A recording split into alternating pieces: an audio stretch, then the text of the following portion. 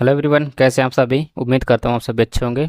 चलिए, जैसे कि आप सभी को पता है कि हम यहाँ पे जो उत्तर प्रदेश का स्टैटिक जीके हम कवर कर रहे हैं। अभी तक हमने जो है पार्ट 7 तक कवर कर लिया है। इस पार्ट 7 में हमने जो जियोग्राफी का जो पोर्शन था उत्तर प्रदेश का, इसको हमने कवर किया है।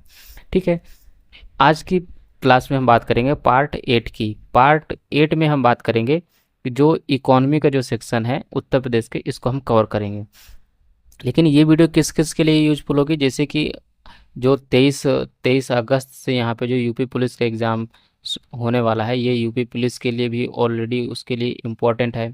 ठीक है। फिर यहाँ पे आरओ और जो एआरओ का जो एग्ज़ाम होने वाला है, ये है यूपी पीसीएस के लिए, तो ऑलरेडी है ही है। तो यानी कि जहाँ भी स्टैटिक जीके, उत्तर प्रदेश का जो स्टैटिक जीके जहाँ पे पूछा जाता है, ये सभी के लिए इम्पोर्टेंट है। एक तरीके से ये क्या है, ये रिवीजन सीरीज है जो आप सबके लिए इम्पोर्टेंट होगी। चलिए, अभी हम यहाँ पे हम बात करेंगे उत्तर प्रदेश के अर्थव्यवस्था की। ठीक है। तो चलिए हम शुरुआत करते हैं। जैसे कि आप सभी को पता है कि उत्तर प्रदेश भारत का चौथा सबसे बड़ा राज्य है और सबसे आबादी वाला जो है राज्य है। इसके बाद कौन सा स्टेट आता है, इसके बाद जो है बिहार आता है। तो ठीक है, इसको भी आपको याद रखना है।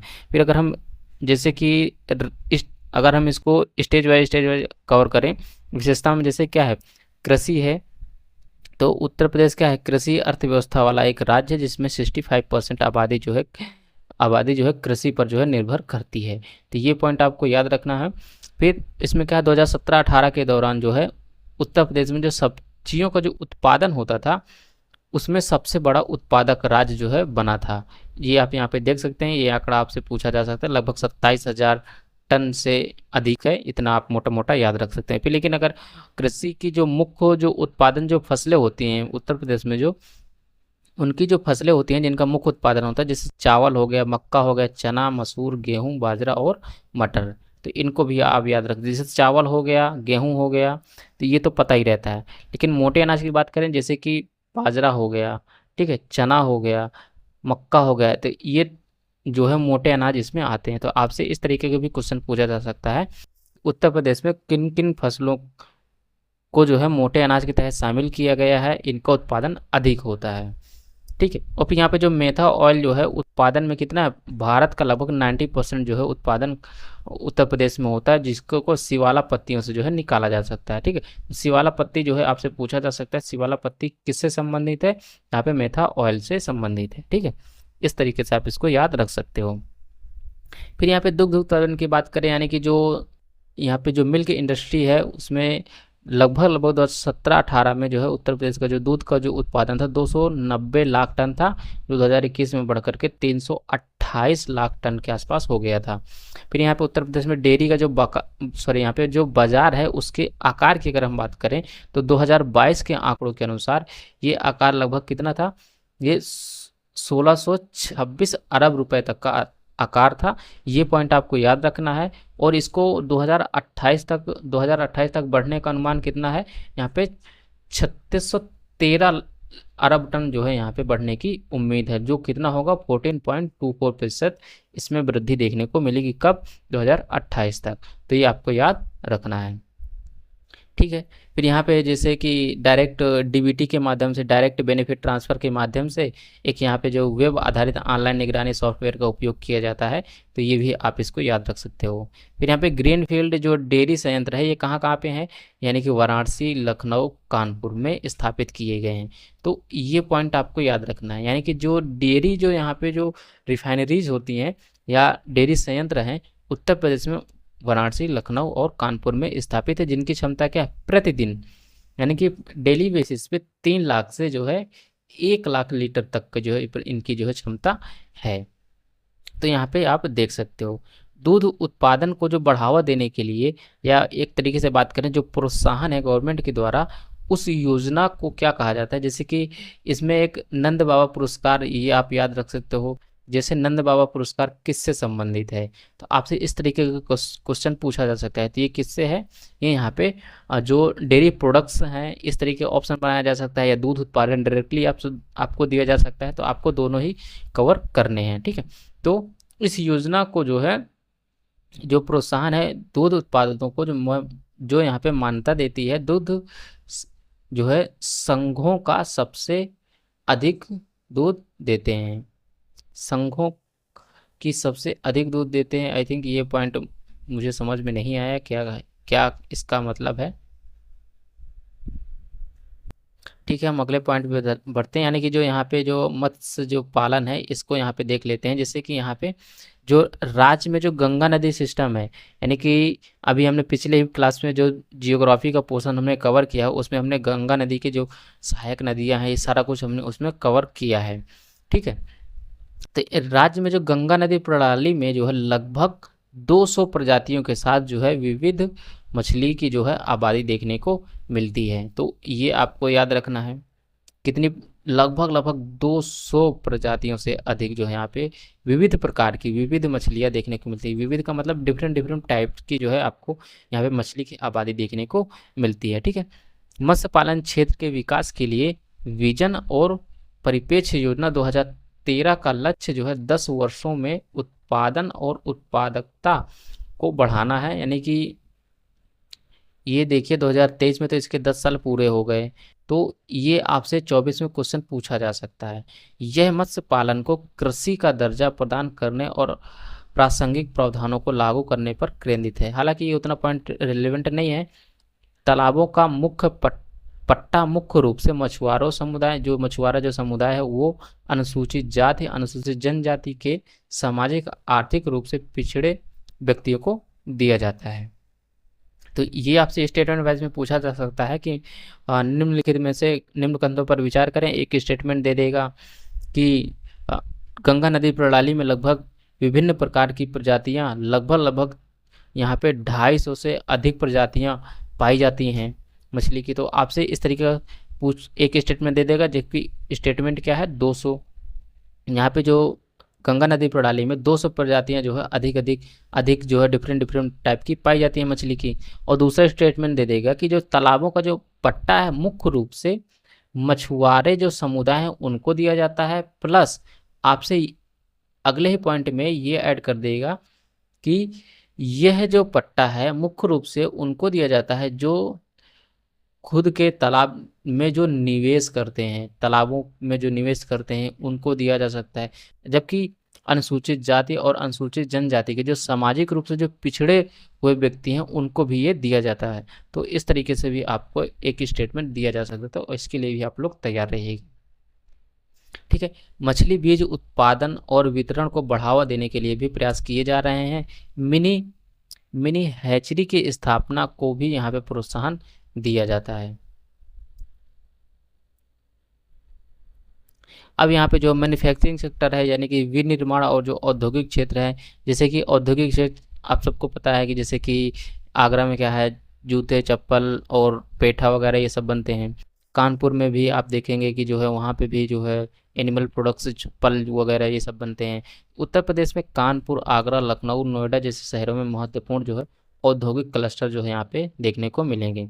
भारत में 14.2% योगदान देने वाला MSME आधार यानी कि मीडियम एंड स्मॉल इंटरप्राइजेस जो यहाँ पे है उसमें उत्तर प्रदेश का योगदान कितना है 14.2%। तो ये पॉइंट आपको याद रखना है। ठीक है, और ये यहाँ पे अनुपान के जो यहाँ मुताबिक बताया जा रहा है, तो ये पॉइंट हमारे लिए उतना रिलेवेंट नहीं है।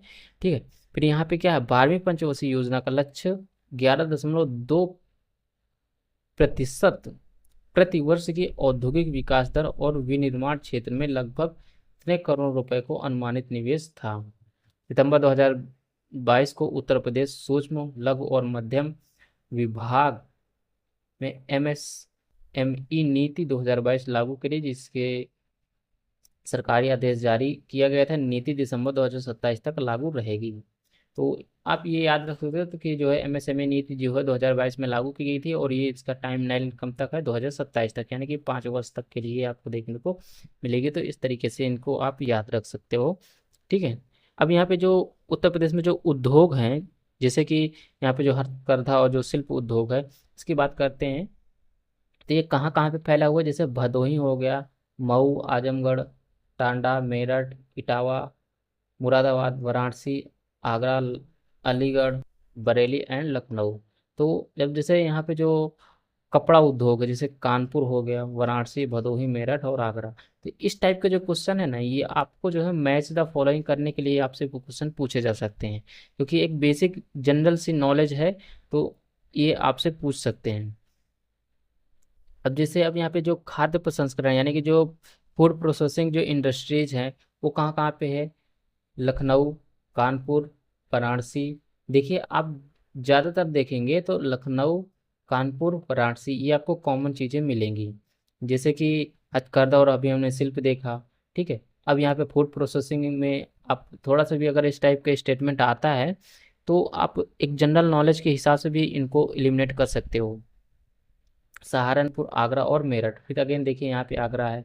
फिर यहाँ पे जो चमड़ा उद्योग है, फिर अगेन देखिए कानपुर, आगरा, वाराणसी। तो वाराणसी, आगरा, लखनऊ लगभग लगभग आपको सारी चीज़ें हैं कॉमन देखने को मिलेगी। फिर यहाँ पे जो रसायन है, कानपुर, मथुरा, प्रयागराज, गोरखपुर, गाजियाबाद एंड वाराणसी। ठीक है। हस्तशिल्प, दवाइयों में आप लखनऊ, कानपुर, नोएडा, वाराणसी, प्रयागराज आप देख सकते हो। ठीक है। यहाँ पे कालीन ये आपसे पूछा जा सकता है, जैसे कि मिर्जापुर हो गया, भदोही हो गया, वाराणसी, आगरा और ये जौनपुर, तो ये आपको याद रखना है। फिर इलेक्ट्रॉनिक्स के लिए आप सबको पता है ग्रेटर नोएडा तो सबसे आगे ही रहता है, या नोएडा। ठीक है, तो ये आपको पता है।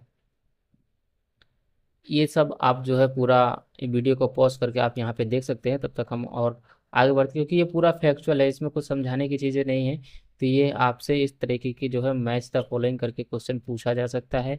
और दूसरा स्टेटमेंट क्या बनेगा, जैसे देखिए अब जैसे यहाँ पे क्या है, लखनऊ है, कानपुर है, वाराणसी है और आगरा है। तो अब अगर हम यूपीएससी के जो स्टाइल्स की अगर क्वेश्चन की बात करें, जैसे यूपीएससी क्या करता है, क्वेश्चन में क्या करता है, दे देगा कि जैसे लखनऊ है, कानपुर है, ठीक है, वाराणसी एंड आगरा, इन सबको दे देगा, 3 से 4 इंफॉर्मेशन देता है और पूछता है यूपीएससी, जैसे हमेशा उसका पूछने का जो स्टाइल रहता है कि पूछता है इसका संबंध किससे है। तो इस तरीके से आपसे भी इसमें पूछा जा सकता है, कौन बड़ी बात नहीं है कि अगर आपसे पूछ ले, तो इसके लिए भी आप जो है प्रिपेयर रहिएगा। ठीक है,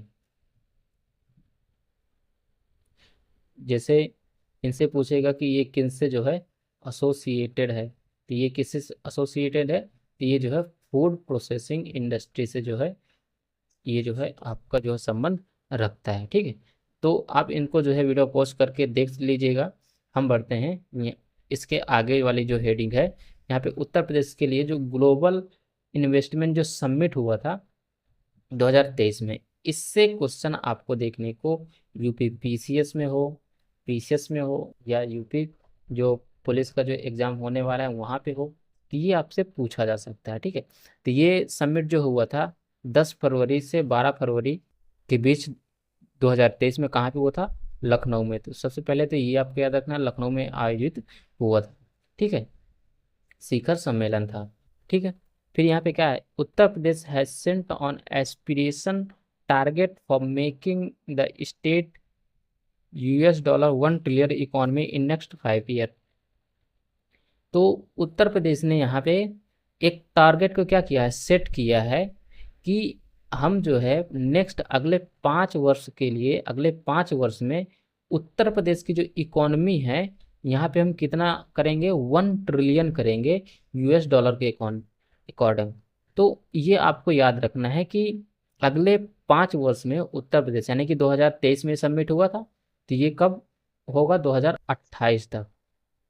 2028 तक टारगेट सेट किया गया है कि जो है $1 ट्रिलियन इकॉनमी जो है उत्तर प्रदेश की इकॉनमी बनानी है। तो आपसे डायरेक्टली ये पूछा जा सकता है कि कितने वर्ष के लिए जो है यहाँ पे टारगेट किया गया है, कितना टारगेट किया गया है।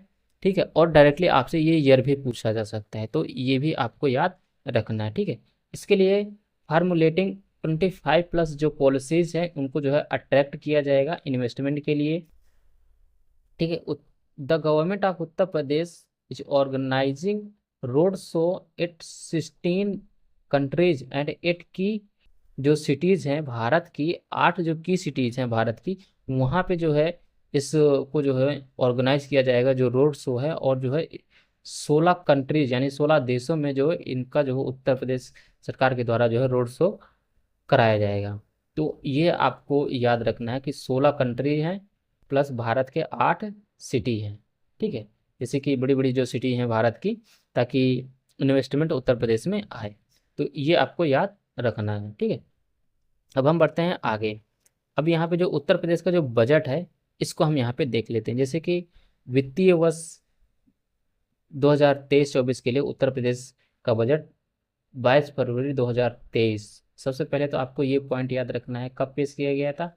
22 फरवरी 2023 को वित्त मंत्री श्री सुरेख खन्ना द्वारा जो है प्रस्तुत किया गया था। तो अगला पॉइंट आपको ये याद रखना है, ठीक है। उत्तर प्रदेश का जो वार्षिक बजट है इसका आकार कितना था, लगभग 6.90 लाख करोड़ जो है ये इसका जो है आकार है। ये क्वेश्चन आपसे डायरेक्टली पूछा जा सकता है। 3 पॉइंट मैंने बताया, 22 फरवरी को पेश किया गया था, जो वित्त मंत्री हैं सुरेश खन्ना इन्होंने पेश किया था, और इसका आकार कितना था, 6 पॉइंट लगभग लगभग 7 लाख करोड़ के आसपास है। तो अगर आपसे देखिए यह क्वेश्चन में आएगा कि उत्तर प्रदेश के बजट का आकार कितना था, तो आपको डायरेक्टली तो या तो ये वाला डेटा दे देगा या तो अप्रॉक्सीमेट पूछ लेगा, लगभग लगभग लिख देगा 6 लाख करोड़, 7 लाख करोड़, 8 लाख करोड़, 9 लाख करोड़। तो लगभग शब्द के से आपको अनुमान रहेगा लगभग लगभग ये कितना है, 7 लाख करोड़। इस तरीके से भी ऑप्शन को क्रिएट किया जा सकता है, तो आपको याद रखना है, ठीक है। और इससे क्या कहा रहा है, उत्तर प्रदेश का जो नया बजट है इसे कहा जा रहा है, ठीक है। फिर यहाँ पे जो स्टेट जो जीडीपी होती है उसके बारे में देख लेते हैं, यानी कि जो स्टेट ग्रॉस डोमेस्टिक जो प्रोडक्ट होता है, राज्य सकल घरेलू उत्पाद, मौजूदा कीमतों के आधार पर 2023 के लिए उत्तर प्रदेश की स्टेट जीडीपी या तो जीएसडीपी, जीएसडीपी इस तरीके से भी आप लिख सकते हो। स्टेट जीडीपी इतने करोड़ रुपए होने का अनुमान है, जो पिछले वर्ष 2022 की तुलना में 19% की वृद्धि दर्शाता है। तो अब अगला पॉइंट आपको ये याद रखना है कि कितने प्रतिशत की पिछले वर्ष की तुलना में हुई, 19% की वृद्धि को ये दर्शाता है, ठीक है। तो अब 19% की वृद्धि हुई है, तो जिसमें से 24,391 करोड़ लाख करोड़ रुपए के अकॉर्डिंग आप यहाँ पे अनुमान देख सकते हैं। फिर यहाँ पे लगभग 19% की यह वृद्धि देखने को मिली है। तो आपको क्या रखना है याद, 22 फरवरी को पेश किया गया था, आकार लगभग 7 लाख करोड़ के आसपास था। प्रस्तुत किसने करता है, तो ये तो आपको पता ही होगा कि वित्त मंत्री प्रस्तुत करते हैं। प्लस आपको लगभग लगभग पिछले साल की तुलना में 19% की वृद्धि देखने को मिली है, ठीक है। अब जैसे क्या है, अब जैसे 100 रुपये गवर्नमेंट के पास आते हैं, तो 100 रुपये आए, लेकिन इसमें क्या है 19% की वृद्धि हुई है।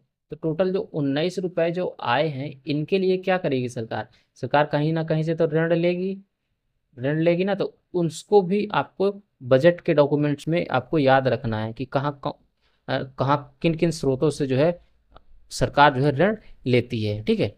अब यहाँ पे जो व्यय है इसको बात करते हैं कि खर्च कहाँ करेगी। जैसे कि ऋण जो चुकौती को छोड़कर 2023-24 के लिए अनुमानित व्यय लगभग इतना है।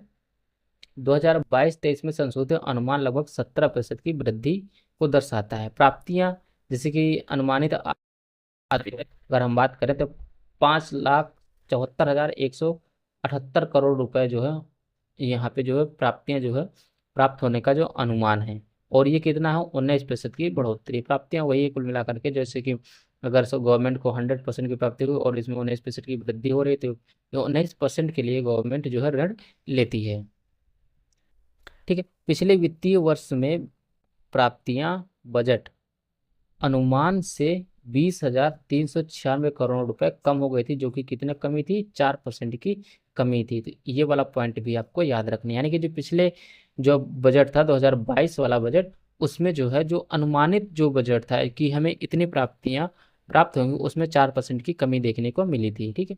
फिर राजस्व अधिशेष, ये जो है स्टेट जीडीपी का 2.8% होने का जो अनुमान है, इसको भी आपको याद रखना है। एक तरीके से आप जो है आपसे मैच द फॉलोइंग करके जैसे कि पूछ लेगा कि यहाँ पे जो बजट प्राप्तियां 2022 में थी कितनी थी, यहाँ पूछ लेगा 4%, 5%, इस तरीके से आपको याद रखना है, ठीक है। फिर यहाँ पे जो संशोधित अनुमान जो था आंकड़ा, ये तो उतना खैर रिलेवेंट नहीं है। फिर यहाँ पर जो वित्तीय वर्ष में राजस्व अधिशेष बजट में जो अनुमान से अधिक था, ये लगभग कितना था, 2.1% की उम्मीद यहाँ पे देखने को मिली थी। फिर अगर राजकोषीय घाटा की बात करते हैं, फिजिकल डेफिसिट की बात करते हैं, तो इसमें क्या लक्षित राजकोषीय घाटा स्टेट जीडीपी का 3.5% है। अब यहाँ पे आप जो है एफआरबीएम जो एक्ट अगर आपने पढ़ा होगा, एफआरबीएम जो एक्ट है 2003 वाला, उससे इसको आप रिलेट करके देखेंगे तो आपको समझ में आ जाएगा। जैसे कि उसमें जो है गवर्नमेंट का कितना, जो सेंट्रल गवर्नमेंट है उसका ऋण कितना होना चाहिए, स्टेट गवर्नमेंट का कितना होना चाहिए, ये जो डिफरेंट डिफरेंट जो कमेटीज़ बनी है उसको आपको डिस्कस करना। हालांकि उतना यहाँ पे समय नहीं है कि हम बता पाएँ, लेकिन आपको ये याद रखना है कि अगर आप एफआरबीएम से रिलेट कर लेंगे इसको तो ये आपके लिए बेनिफिशियल रहेगी, क्योंकि ये पॉइंट राजकोषीय घाटा वाला ये आपको डायरेक्टली स्टेटमेंट वाइज में ही इसका क्वेश्चन मिलेगा। ठीक है, तो 3.5% इसका क्या है, ये घाटा है। और जो है राजकोषीय घाटा जीडीपी का 4% होने की जो है उम्मीद यहाँ पे थी, तो इसको भी आपको याद रखना है। तो हमने ये बजट देखा। अब यहाँ पे जो खनिज संसाधन है इसको देख लेते हैं, यानी कि उत्तर प्रदेश में कौन कौन से खनिज कहाँ मिलते हैं। जैसे अगर हीरे की बात करें तो उत्तर प्रदेश में कहाँ मिलता है, बांदा और मिर्ज़ापुर, यानी कि ये दो डिस्ट्रिक्ट है जहाँ पे हीरा मिलता है। मेनली क्या है, सबसे ज़्यादा लोग जो है पन्ना को याद रखते हैं, लेकिन उत्तर प्रदेश में बात करें तो मिर्ज़ापुर और जो है बांदा। और ये जो है बुंदेलखंड रीजन में जो है आपको देखने को, बुंदेलखंड रीजन में दोनों डिस्ट्रिक्ट देखने, मिर्ज़ापुर का कुछ क्षेत्र जो है बुंदेलखंड में आता है और ये बांदा डिस्ट्रिक्ट जो है कम्प्लीटली जो है बुंदेलखंड रीजन में आता है। तो ये आपको याद रखना है, ठीक है। इसमें क्वेश्चन कैसे बनेगा, जैसे कि पूछेगा कि उत्तर प्रदेश के खनिज संसाधन के संबंध में निम्नलिखित कथनों पर विचार करें। पहला स्टेटमेंट देगा कि हीरे, उत्तर प्रदेश में जो हीरा है यहाँ पे बांदा मिर्ज़ापुर में पाया जाता है, ये स्टेटमेंट देगा, ठीक है। फिर ये तो स्टेटमेंट सही होगा। दूसरा स्टेटमेंट दे देगा कि उत्तर प्रदेश में जो हीरा है वो बुंदेलखंड रीजन में पाया जाता है। तो दूसरा स्टेटमेंट क्या होगा, अब ये जो बुंदेलखंड जैसे मैंने बताया, ये यहाँ पे जो बुंदेलखंड का जो रीजन मैंने बताया कि बुंदेलखंड में आता है, तो बहुत से लोगों को यही नहीं पता होगा, तो आपको यहाँ पे एक एक्स्ट्रा एज मिल जाएगा, यानी कि दोनों के दोनों ऑप्शन यहाँ पे सही होंगे। तो ये आपको याद रखना है। फिर सोना की बात करें, जो शारदा रामगंगा की जो श्रेणी है उसमें जो है आपको देखने को मिलेगा। डिस्ट्रिक्ट की बात करें जैसे ललितपुर हो गया और सोनभद्र। यूरेनियम कहाँ पे देखने को मिलेगा, ललितपुर। ये आपको याद रखना है, क्यों, क्योंकि इससे जो है बिजली का जो उत्पादन है ये किया जाता है, तो ये हमारे लिए इम्पॉर्टेंट है, ठीक है। यूरेनियम हो गया, चूना पत्थर, ये इम्पॉर्टेंट नहीं है, आप एक बार देख लीजिएगा, ठीक है। जो जो इम्पोर्टेंट है उसको हम करा दे रहे हैं। जैसे साबुन बनाने का जो पत्थर है, हमीरपुर और झांसी, ठीक है। रॉक फॉस्फेट ये तो खैर पता है। गेरू कहाँ मिलेगा, ये बांदा मिलेगा। और यहाँ पे सिलिमनाइट ये सोनभद्र, ठीक है। तो आप इसको जो है पूरे जो है एक बार कड़ी नज़र में देख लीजिएगा, इसको आप कवर कर सकते हैं, ठीक है। कैल्साइट, कैल्साइट ये हमारे लिए इम्पोर्टेंट है, ये कहाँ पे मिलेगा, मिर्ज़ापुर में। चीनी मिट्टी, चीनी मिट्टी कहाँ मिलती है, सोनभद्र और बांदा, ठीक है। लौह अयस्क ललितपुर। ग्रेनाइट कहाँ पे मिलता है, ग्रेनाइट ये आपको बांदा, हमीरपुर, ललितपुर और महोबा। दीज ये जो है बांदा हो गया, हमीरपुर हो गया, महोबा हो गया। ये कौन से, ये जो तीन डिस्ट्रिक्ट ललितपुर को छोड़ करके, ये ललितपुर को छोड़ करके तीनों डिस्ट्रिक्ट जो है बुंदेलखंड रीजन में आते हैं, ठीक है। डायस्पोरा ये आपको पता ही होगा। जिप्सम कहाँ मिलेगा, झांसी और हमीरपुर। मिर्ज़ापुर, झांसी, संगमरमर, मिर्ज़ापुर और सोनभद्र, ये आपको याद रखना है, ठीक है। और यहाँ पे जो स्फीति है ये झांसी में आपको देखने को मिलेगा, ठीक है। अब यहाँ पे उत्तर प्रदेश का जो इंफ्रास्ट्रक्चर है उसकी बात करते हैं, जैसे कि सड़क मार्ग कितना है, ठीक है। सड़क नेटवर्क की बात करें तो यहाँ पे जो है 29,96,000 करोड़ जो किलोमीटर, सॉरी 96,000 किलोमीटर के आसपास जो है सड़क नेटवर्क देखने को मिलेगा। और उत्तर प्रदेश का जो लोक निर्माण विभाग है यानी कि पीडब्ल्यूडी के अधीन जो है आता है। भारतीय राष्ट्रीय राजमार्ग यानी कि NHAI, national highway authority of India और उत्तर प्रदेश का लोक निर्माण क्रमशः राष्ट्रीय राजमार्गों और राजमार्गों का निर्माण के लिए रखरखाव की जिम्मेदारी रखते हैं। राज्य का सबसे लंबा जो राजमार्ग है नेशनल हाईवे 2, इसे जो है ग्रैंड टैंक रोड भी कहा जाता है, तो ये भी आप याद रखेंगे। ठीक है। फिर यहाँ पे जो राष्ट्रीय राजमार्गों की जो लंबाई है, लंबाई के मामले में राज्य का देश में दूसरा स्थान है। महाराष्ट्र पहले स्थान पर है, ये आपको याद रखना है, और फिर इसके बाद जो है उत्तर प्रदेश का स्थान आता है। एक्सप्रेस वे की बात करें, आगरा लखनऊ एक्सप्रेस वे, ये हालांकि इतना इम्पोर्टेंट नहीं है। यमुना एक्सप्रेस वे, यह लेह, यह 6 लेन का ये भी है, 6 लेन का ये भी है, दोनों आप देख सकते हो। एक्सप्रेसवे है जो ग्रेटर नोएडा को आगरा से जोड़ता है, 165 किलोमीटर जो है लंबा है। ठीक है, और ये कितना है, 302 किलोमीटर। पूर्वांचल एक्सप्रेसवे, ये जो है आपको देखने को मिलेगा 340 किलोमीटर, बलिया आजमगढ़ शहरों को जो है लखनऊ से ये जोड़ता है। ठीक है। बुंदेलखंड एक्सप्रेसवे चित्रकूट से शुरू होकर 296 किलोमीटर की लंबाई, कुल लंबाई तय करने वाला इटावा जिले में जो है ये समाप्त होता है। गंगा एक्सप्रेसवे, ये छठा और सबसे लंबा एक्सप्रेसवे होगा, ये आपसे पूछा जा सकता है। फिर यहाँ पे प्रारंभिक बिंदु कौन सा है, ये मेरठ से शुरू होता है तथा इसका जो समापन कहाँ पे होता है, प्रयागराज में होता है, और ये 594 किलोमीटर तक इसकी कुल लंबाई है। लखनऊ का जो लिंक एक्सप्रेसवे है, ये आप यहाँ पे देख सकते हैं, 4 लेन का है। एक्सप्रेसवे की लंबाई 91 किलोमीटर की है। शुरुआत जैतपुर गोरखपुर से होता है, और जो है सलारपुर जो आजमगढ़ के पास जो है समाप्त होता है। ये इंफ्रास्ट्रक्चर के बारे में हमने यहाँ पे डिस्कस किया। फिर यहाँ पे जो डिफेंस जो इंडस्ट्रियल जो कॉरिडोर है, इसको भी देख लेते हैं। यानी कि मौजूदा आर्थिक जो अवसर का जो लाभ उठाने और एरो स्पेस और रक्षा क्षेत्र में जो आत्मनिर्भरता हासिल करने के जो उद्देश्य भारत सरकार का जो है, उसमें भारत सरकार ने रक्षा औद्योगिक गलियारे की स्थापना की जो है घोषणा की है। एक उत्तर प्रदेश में, दूसरा तमिलनाडु में है, तो ये आपको याद रखना है। ठीक है। उत्तर प्रदेश एक्सप्रेसवे औद्योगिक विकास प्राधिकरण जो है नोडल एजेंसी बनाया गया है। 6 जो है यहाँ पे हैं जो शामिल है, जैसे लखनऊ, कानपुर, झांसी, आगरा और अलीगढ़ चित्रकूट में जो है बनाई गई हैं, तो इसको भी आप याद रख सकते हो। ठीक है। वो बढ़ते हैं आगे।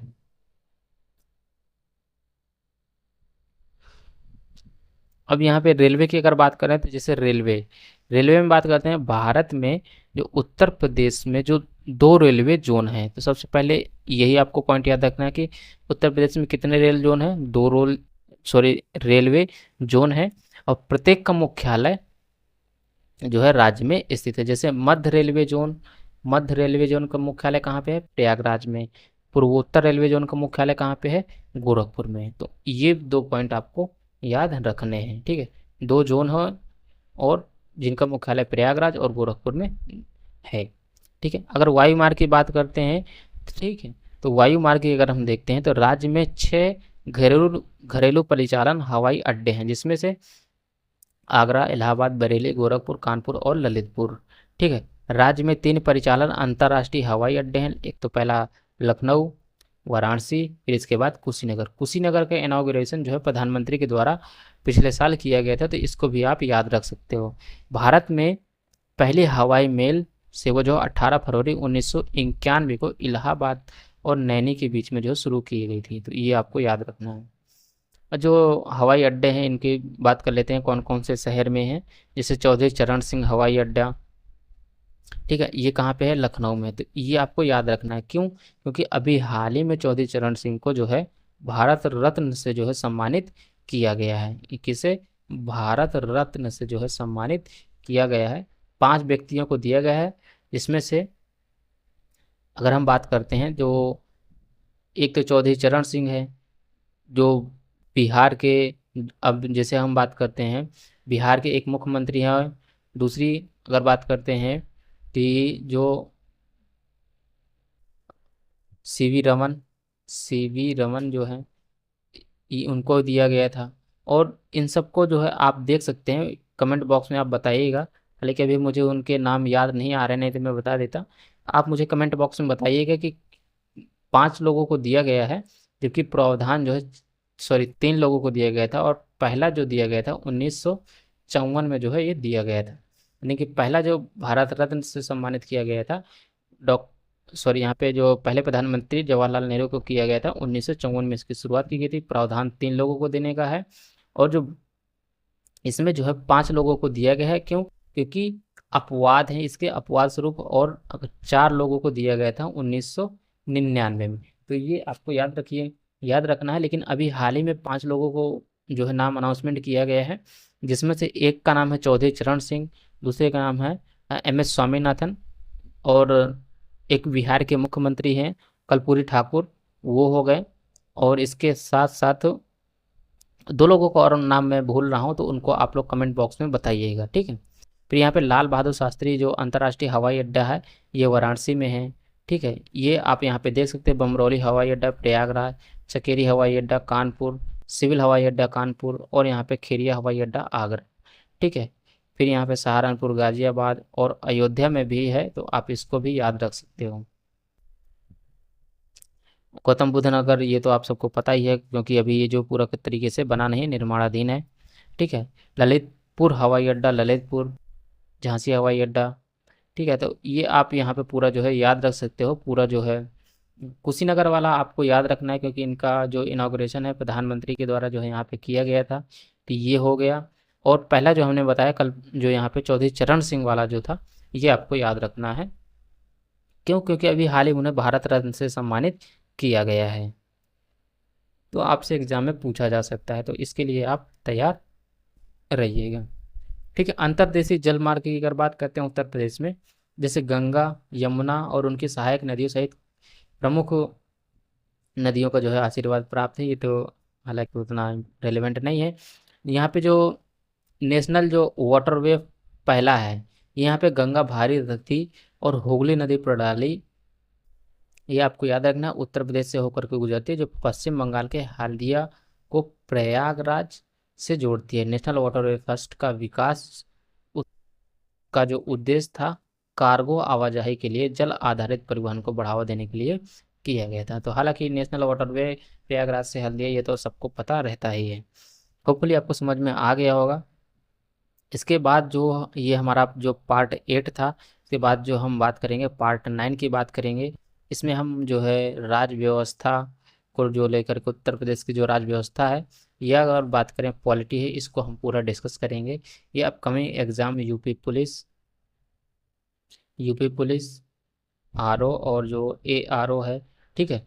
और यहाँ पे जो UP PSC, ये अगर बात करें PCS, दोनों के लिए इम्पॉर्टेंट है। और इसके साथ साथ जो UP SSSC के जो एग्ज़ाम होने वाले हैं, जहाँ पे उत्तर प्रदेश का जो GK का जो क्वेश्चन पूछा जाता है, उन सभी एग्ज़ाम्स के लिए इम्पॉर्टेंट है। अब जैसे यहाँ पे जो एग्ज़ाम्स उत्तर प्रदेश में जो होने वाले हैं, उनके लिए पूरा इम्पोर्टेंट, जैसे कि अभी लेखपाल हो गया, उसके जो स्टैटिक GK है, ये इम्पॉर्टेंट है। अपकमिंग जितने यूपी के एग्ज़ाम है, ये एक तरीके से पूरा जो है रिवीजन है, आप इसको देख सकते हैं। PDF के लिए मैंने ऑलरेडी बताया है, PDF के लिए डिस्क्रिप्शन बॉक्स में प्रिसीजन IAS का आपको लिंक मिलेगा डिस्क्रिप्शन बॉक्स से, आप वहाँ से जा करके टेलीग्राम में जा करके PDF को एक्सेस कर सकते हो, ठीक है। तो ये रहा वीडियो का एंड। चलिए हम मिलते हैं नेक्स्ट वीडियो में, तब तक के लिए आप अपना ध्यान रखिएगा, ख्याल रखिएगा और पढ़ाई करते रहिएगा, ठीक है। होपफुली आपको समझ में आ गया होगा।